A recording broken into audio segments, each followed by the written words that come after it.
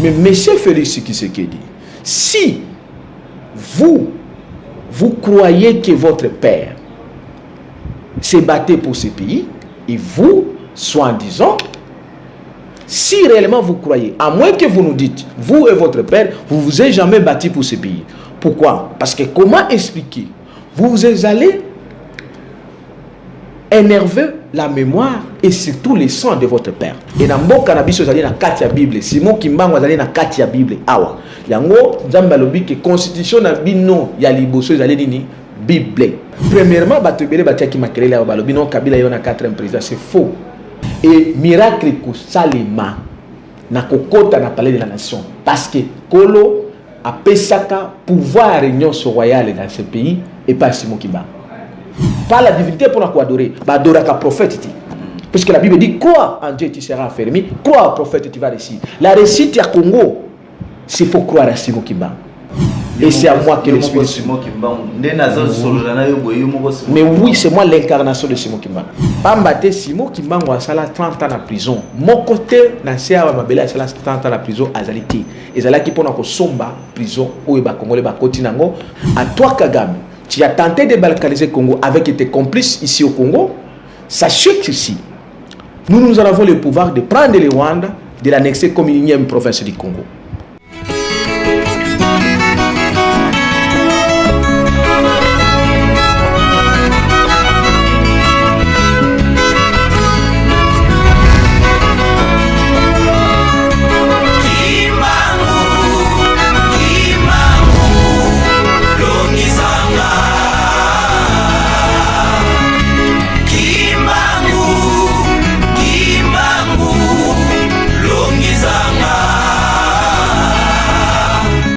Mes frères et sœurs, congolais et congolaises, vous qui nous suivez partout dans toute l'humanité, au Congo, dans notre pays, vous tous les chrétiens et chrétiennes.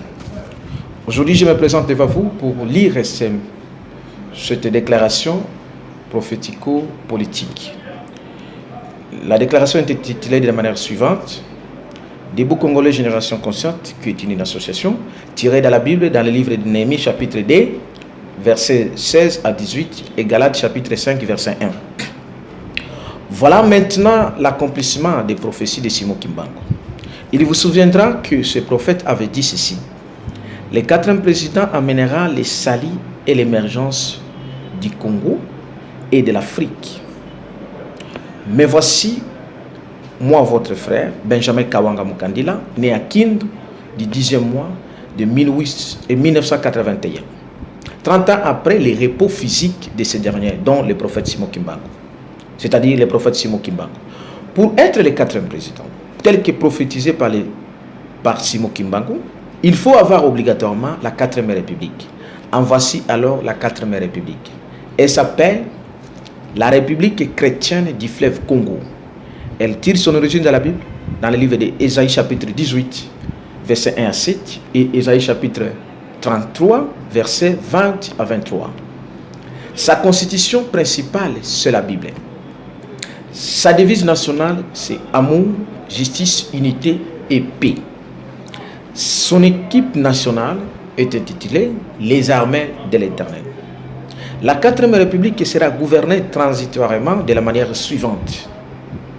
40% des institutions politico-administratives sont attribuées aux membres des sociétés civiles, c'est-à-dire les pasteurs, les membres des associations citoyennes, les mouvements citoyens, les avocats, les professeurs et d'autres, y compris les journalistes qui ne sont pas dans les partis politiques. 30% sont attribués aux membres du FCC, 30% aux membres de l'opposition.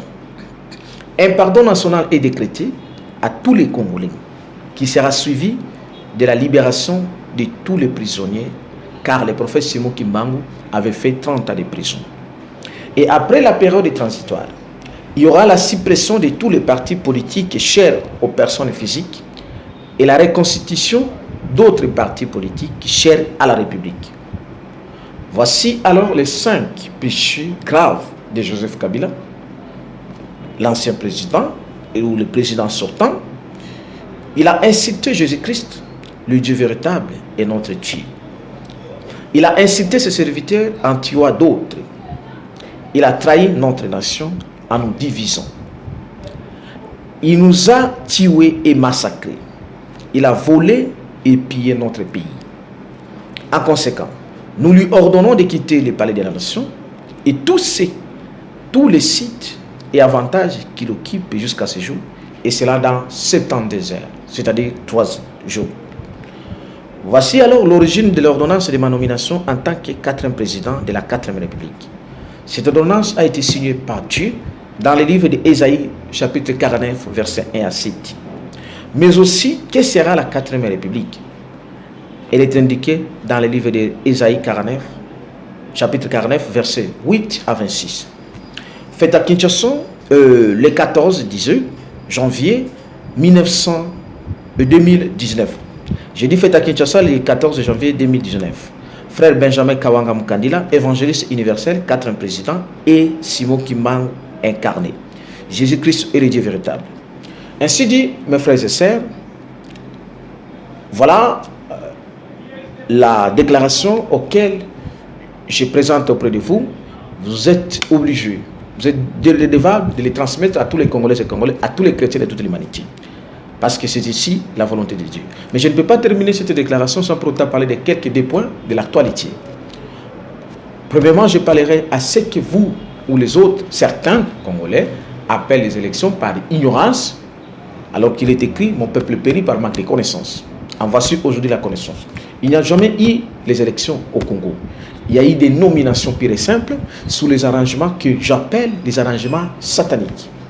Pourquoi? Parce que la volonté de Dieu ne considère plus depuis plusieurs mois et la 3e République et ses autorités, mais aussi ses dirigeants, parce que c'est tous mais aussi ses institutions. Parce que ces dirigeants, que vous appelez les autorités par ignorance, n'ont plus de relations avec Dieu. Ils sont donnés en tuant les Congolais, en incitant Dieu, en incitant ses serviteurs et en tuant d'autres. Et Dieu les a retirés tout ce qu'ils devaient leur avoir en tant qu'autorité divine. Et c'est pourquoi vous voyez, tout ce qu'ils font et tout ce qu'ils feront, rien ne peut réussir. Voilà pourquoi, quand ils sont les pierres, ils vous ont aveuglé inutilement, vous perdez votre temps inutilement, d'aller perdre le temps dans les bureaux de vote, alors qu'ils avaient déjà préparé leur nomination telle que ça a été stipulé, telle que ça vous a été proclamé. Ceci veut dire que, parce qu'on ne donne que ce qu'on a, ces institutions qui ont reçu la malédiction parce qu'ils ont insulté la divinité, ils ont tué le peuple congolais en incitant ses serviteurs, ils ne pouvaient pas vous donner ce que vous appelez les élections. On n'en aura que les élections de la 4e République parce que Dieu en avait déjà retiré tout ce qu'il avait mis à ces gens-là. Voilà pourquoi il y a eu un arrangement purement satanique entre Kabila Pharaon et Félix Tshisekedi. Mais les Félix Tshisekedi, moi j'en vais leur dire ceci. Mais monsieur Félix Tshisekedi, si vous croyez que votre père s'est battu pour ce pays, et vous, soi-disant, si réellement vous croyez, à moins que vous nous dites, vous et votre père, vous ne vous êtes jamais battu pour ce pays. Pourquoi? Parce que comment expliquer? Vous allez énerver la mémoire et surtout les sangs de votre père. Parce que connaissez-vous bien celui qui a tué ton père? Tu le connais bien. Comment voulez-vous aujourd'hui, toi-même, tu reviens là où on a massacré, là où on a tué, on a brûlé ton frère, à celui-même, et tu viens, tu commences à l'honorer. Ça s'appelle la haute trahison pour ce peuple et pour le sang des Congolais qui ont coulé de l'est à l'ouest, du nord au sud et du centre. Puisque tu as trahi ce sang, tu as une grâce dans quelques jours de quitter ces camps sataniques. Sinon, tu subiras la même peine, dit Dieu. Puisque la vengeance de Dieu est arrivée, le jugement de Dieu est arrivé pour son peuple. Car il est écrit, on ne maudit jamais l'Israël, et le Congo c'est l'Israël. Celui qui se complote contre le Congo, il se complote contre Dieu. Celui qui se comporte contre les Congolais, il se comporte contre Dieu. Et je dis, le ciel est totalement ouvert. À vous les frères et sœurs qui croyez à ça, non, ne croyez pas à ça. C'est des mensonges, c'est des sataniques. Parce que celui qui a oublié les sangs de nos frères et sœurs qui ont été tués, comment vous pouvez espérer que demain il ne vous oubliera pas? Non. Tout ce qu'il vous dit, ce sont des mensonges. Il ne peut que vous oublier parce qu'il a oublié d'abord le sang de son propre père. Il a oublié le sang de nos frères et sœurs qui ont été tués au Kassai. Donc lui-même, il connaît les commodités. Il y a des choses qui ne se négocient pas. Et donc, bandeko nyos au balandaka. Ndekwana par l'ignorance, tango ekoki, mulili, ekima akaka na mwinda. Mwinda yango oyo ye. Na lobi boye. Ngandeko na bino, na zwaki ngulu, oyo nzamba pesi ngai, kolaka ndenge, kolanda na ndenge alakaki pa motinda mina ye Simon Kimbangu. Kena kotinda mwana muke, nde akoya komema bomengo na botombo ya nani, ya mboka Kongo pe ya mboka ya Afrique. Yango nakutana kina Nzambe, akutana senga na Simon Kimbangu, apesa kingai 4e république otobengi na lopoto, ezali ko kombo nango nini république chrétienne du fleuve Congo. 4e république wana ezali na constitution ya liboso otobengi yango Biblia. Pambate na kati ya Biblia nde mayele nyonso ezali. Eleki mayele ya baokitiste oyo bakenda koluka yango na poto na mikili ba wapi bazokende na bamboka bazokende kufuka na mai ya banganga nyonso. Mayele oyo ezali awa eleki nyonso. E na mboka na biso ezali na kati ya Bible. Simon Kimbangu ezali na kati ya Bible awa. Yango Nzambe alobi ke constitution na bino ya liboso ezali nini? Bible. Ne babengi yango constitution principale. Ya mibale alobi bokabwani mingi. Tala devise na pesi bino. Bozangi bolingo parce que ba instaurer haine na mboka na biso. Yango alobi devise na pesi bino amour, bolingo, justice na unité bosangani na kimia. Et alobi ke équipe nationale na biso ekobenga mama pinga ya Lola. Yango Nzambe alobi ke pona sangisa bino apesinga ndeko na bino Benjamin Kawanga ndenge nino kokabola kokamba mboka pona ba congolais nyonso okozwa 40% pona basali o babengi bango ba société civile. Bango nyonso bana droit na mboka na biso. Biso ba pasteur, biso ba serviteur, biso ba te ba mouvement citoyen, biso nyonso tozali na droit ya kusangana pona gestion ya mboka na biso. Ba avocat, ba journaliste, bazana mayele pona mboka na biso. Ezali ke batu moko bazwa mboka na otage te na arrangement satanique te. Alobi ke 30% ko pesa bandeko bazali na FCC. Parce que bandeko pe ba malamu bazali kuna. Bandeko pe bazali bana mayele ya kobunga bazwa pe 30%. 30% mususu ko pesa ba membre oyo ba bengami bango na opposition. Pona esala 100% ba congolais nyoso basangana na nini na mboka na bango. Nzambe alobi na biso boye parce que pe bosi bukomi na ba problème. Alobi boye tokosala bolimbisi ya mboka mobimba. Ekozala na nini tokolongola ba prisonnier nyonso. Nyonso bazana prison na mboka na biso. Pamba te Simon Kimbangu asala 30 ans na prison. Mon côté na sia ba mabele asala 30 ans na prison azaliti. Ezalaki pona ko somba prison oyo ba congolais ba koti nango parce que 90% ba congolais ba kangami de manière injuste illégale. Yango na eko présenter bino oyo ezali mokano ya Nzambe. Ngai ndeko na bino Benjamin Kawanga nazali na mbongo te. Nazali na mandukiti. Mais nazali na Bible, nazali na Nzambe. Oyo Bible ndenge Nzambe apesa Moïse bâton apesa nga Bible oyo nasali ba voyage mais Nzambe ayekokutana nanga de Mbazangu Matadi Kisangani na zongi pendant plus de 4 ans. Voilà lelo nyoso bolukaka kolo apesi yango et pas ngai ndeko na bino frère Benjamin bozali susu batu akolukelo côté il faut bozalande simananga nazali na makambo ebele nyonso pona mboka na biso nyonso lo le pesa kinga yango na tombo bino bolamu na pesi bino mbote na kombo na kolo Yesu Christ tokutani na quelques jours ba numéro nanga ezali disponible boye bake ba oyo nyonso e na kolobela situ bandeko oyo bazaya utaka na Rwanda ko banana Kagame na ikita na ye. Il a été toujours prouvé que l'humanité, le monde n'est jamais parlé la vérité. La vérité concernant les génocides n'a jamais été dit. En voici la vérité que Dieu m'a montrée. Les génocides a été l'œuvre principale d'abord de Kagame. Parce que c'est Kagame qui avait tué Museveni. Et il avait tué Abiyarimana Piton. En tuant Abiyarimana, c'est ce qui était la cause principale d'amener les génocides. Mais dans les génocides là, il n'y a jamais eu seulement les génocides de Tutsis, comme le Kagame l'a fait en tant qu'il a fait comme un fonds de commerce. C'est faux. Il y a eu les Tutsis qui se sont tués et les Hutus aussi qui se sont tués. Troisièmement, lorsque les Hutus ont fui au Congo, Kagame, quand il est venu avec Mouzé, il s'est donné l'audace et le courage, l'ordre de commencer à massacrer les Hutus au Congo, sous l'emprise de la fameuse communauté internationale, parce que Mouzé n'avait pas aucune raison de tuer les Hutus, puisque lui s'est charné qu'avec Mobutu qui devait le remplacer. Donc c'est Kagame avec Museveni qui ont tué les massacrés les Hutus. Mais il y a aussi un génocide qu'on semble oublier parce que les gens sont méchants. Kagame, Kabila et Kakwata, c'est le génocide congolais qui a fait plus de 4 fois plus que les génocides rwandais. Et d'ailleurs, je dirais même plus de 10 fois. Donc, les Congolais sont morts. Il y a eu un génocide plus grand que ce qu'on parle de Rwanda, mais que les gens n'ont jamais parlé. C'est comme ça que je dis ici, à vous tous qui ont été amenés dans ce plan satanique de Kagame, de vouloir balkaniser les Congo. Le Congo ne sera jamais balkanisé. À toi, Kagame, tu as tenté de balkaniser le Congo avec tes complices ici au Congo. Sachez qu'ici, nous avons le pouvoir de prendre le Rwanda, de l'annexer comme une énième province du Congo. Parce que personne ne peut balkaniser le Congo. Et les Rwandais et les Congolais, depuis bien avant, ont toujours vécu ensemble, sans aucun problème. Le problème, c'est Kagame, Kakwat, qui ont instauré le système de lobbying et tous. C'est comme ça que ce système, nous avons le pouvoir de les détruire.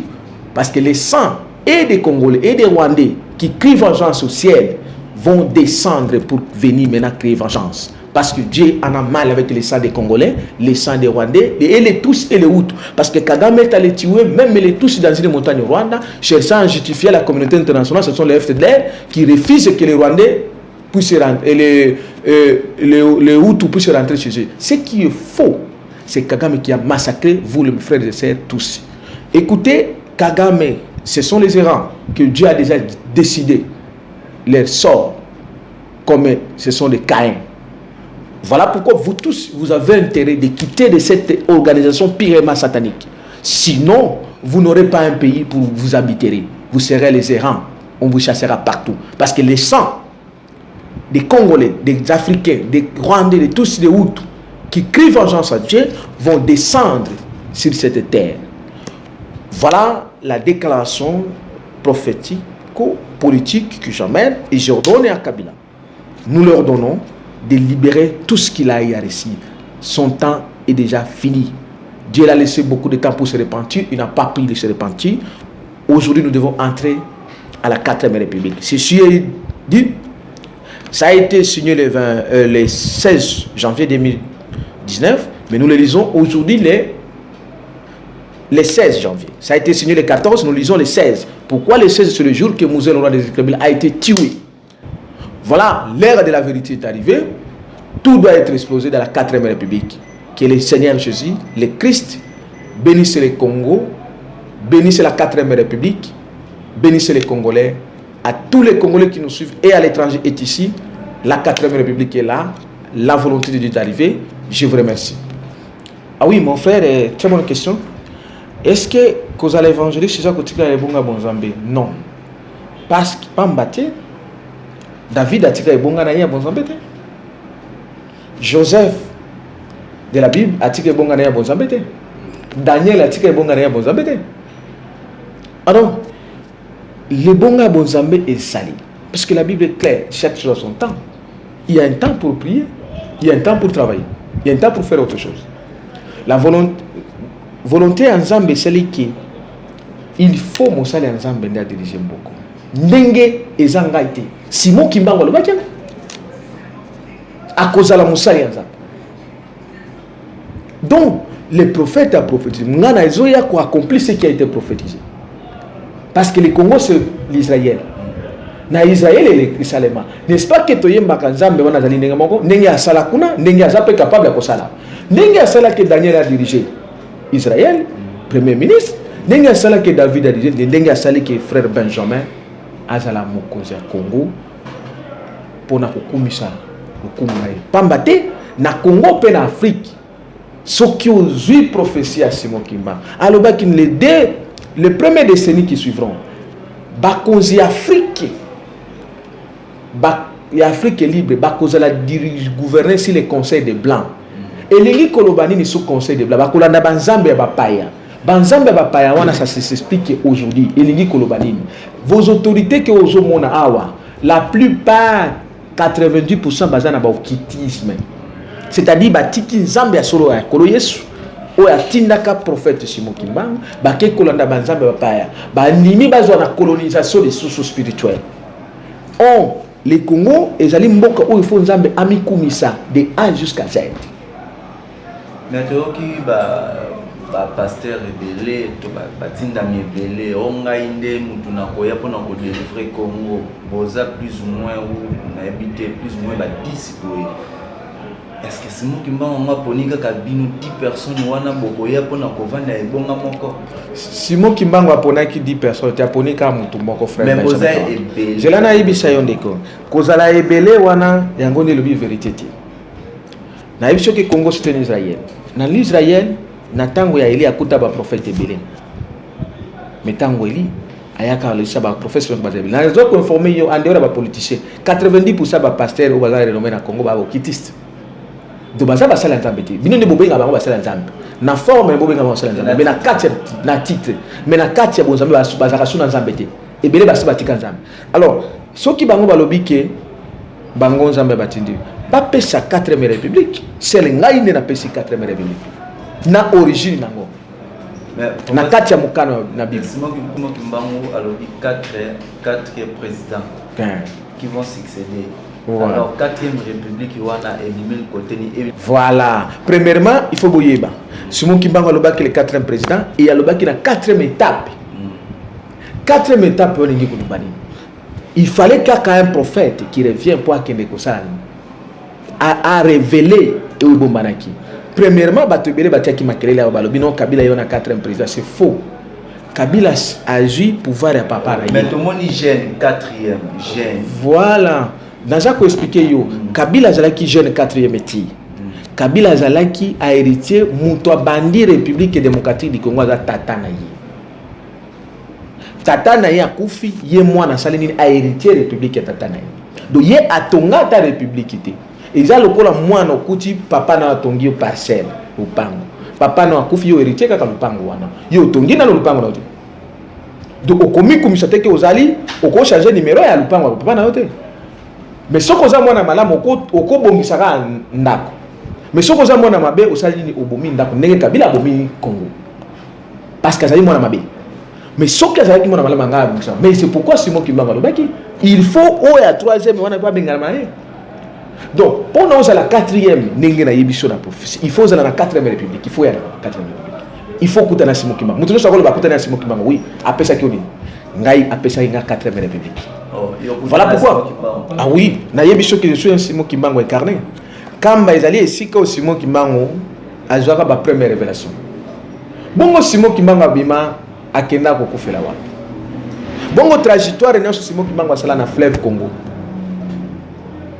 Na Kamba asala combien de jours?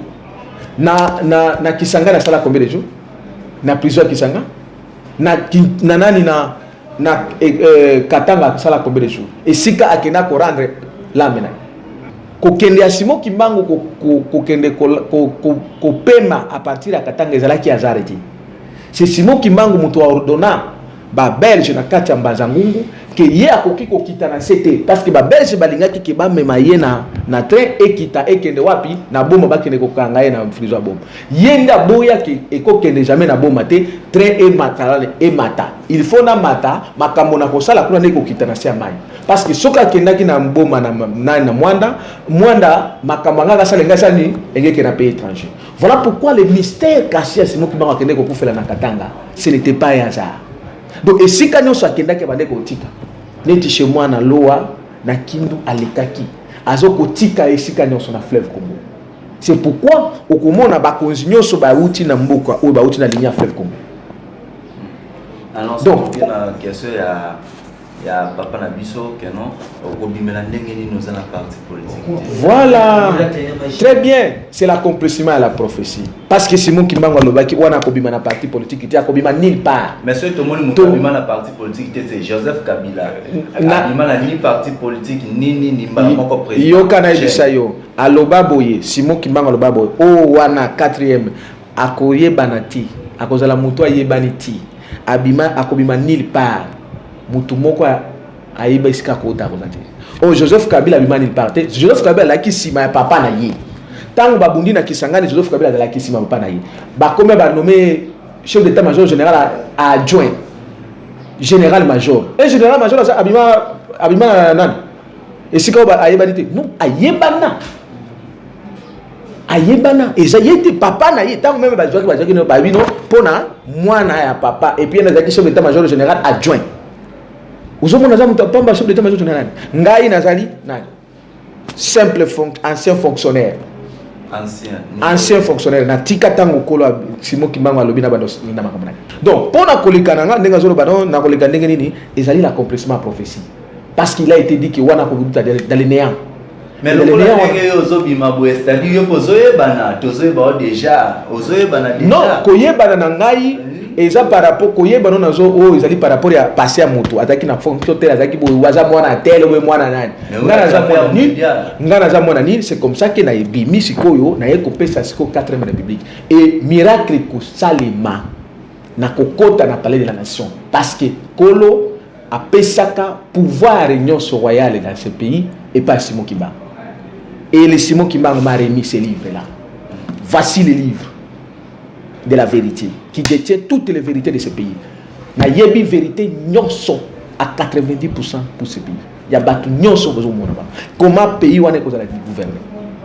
Donc le miracle là, d'abord qu'on paie sa 4e république, c'est un miracle.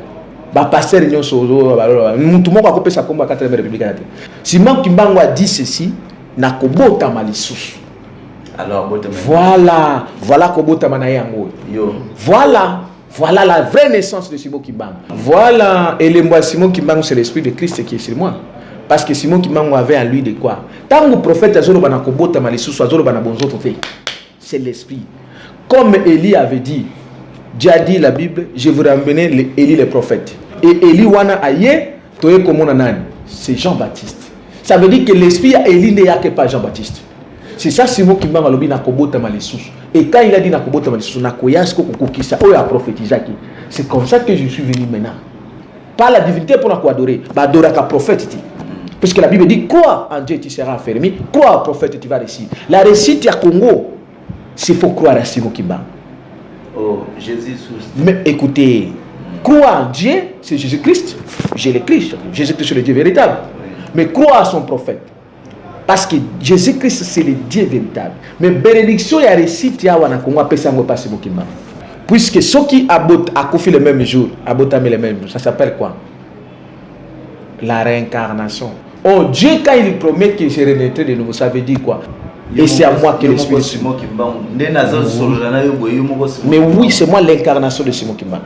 Nyonso ya Simon Kimbangu, moko na bango abona Simon Kimbangu te.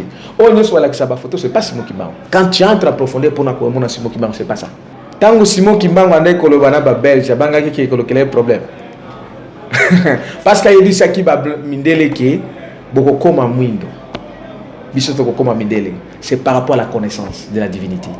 Les loba mindele faut pas apprendre, c'est à nous. C'est au Congo qui a Christ est là. Les grands rois divins au Simon Kimbangu alaka qui est déjà là. Donc je ne crains nazo banga mutu moko ti. Puisque bakoka ko boma Simon Kimbangu te bako boma ngande ngeni. Vous voyez qui va tiaka Simon Kimbangu na site. Vous voyez qui bakanga Simon Kimbangu ba singa babwaka na fleuve Congo akufate. Vous voyez que babete masasa akufate. Je le suis et j'ai le même corps. Donc nako banga lokoti. Je suis venu pour vous libérer. Parce que tango est coquille. Pour que non seulement tu diriger Congo, tu diriger Afrique et l'humanité. Liloba nangai pona ba Congolais et lingi koloba boye. Lo sambo na biso, lo sambo na bino nyoso. E anonango nzambe apesa. Ngai ndeko na bino. ndeko Benjamin Kawanga Mukandila. Nazali na mbongo te, naza na ba building te, mais naza na nzambe obo sambelaka ye yenda pesinga tango ekoki bolekisa ngonga te oyo nyonso bolandaki ezali bato me nga na ye na mokano na nga te na mbula na nga nazali muke mais nazali mukolo na molimo parce que Simon Kimbangu azali mukolo na bino nyonso et Christ oyo prendaka corps epa na ye azali mukolo ya bakolo nyonso. Donc bomona ngai ndeko na bino te, bomona oyo bosambelaka nakomi sikoyo nazalaka mais tango ekoki nde nasali nini sikoyo fona bima ndenge bana Israël batuna tozozela Christ mais Christ a yebisaka bango mais voici c'est moi qui vous parle. Donc la solution au Congo s'appelle Frère Benjamin Kawanga Mukandila, le 4e président de la 4e République. Merci. C'est moi qui vous remercie.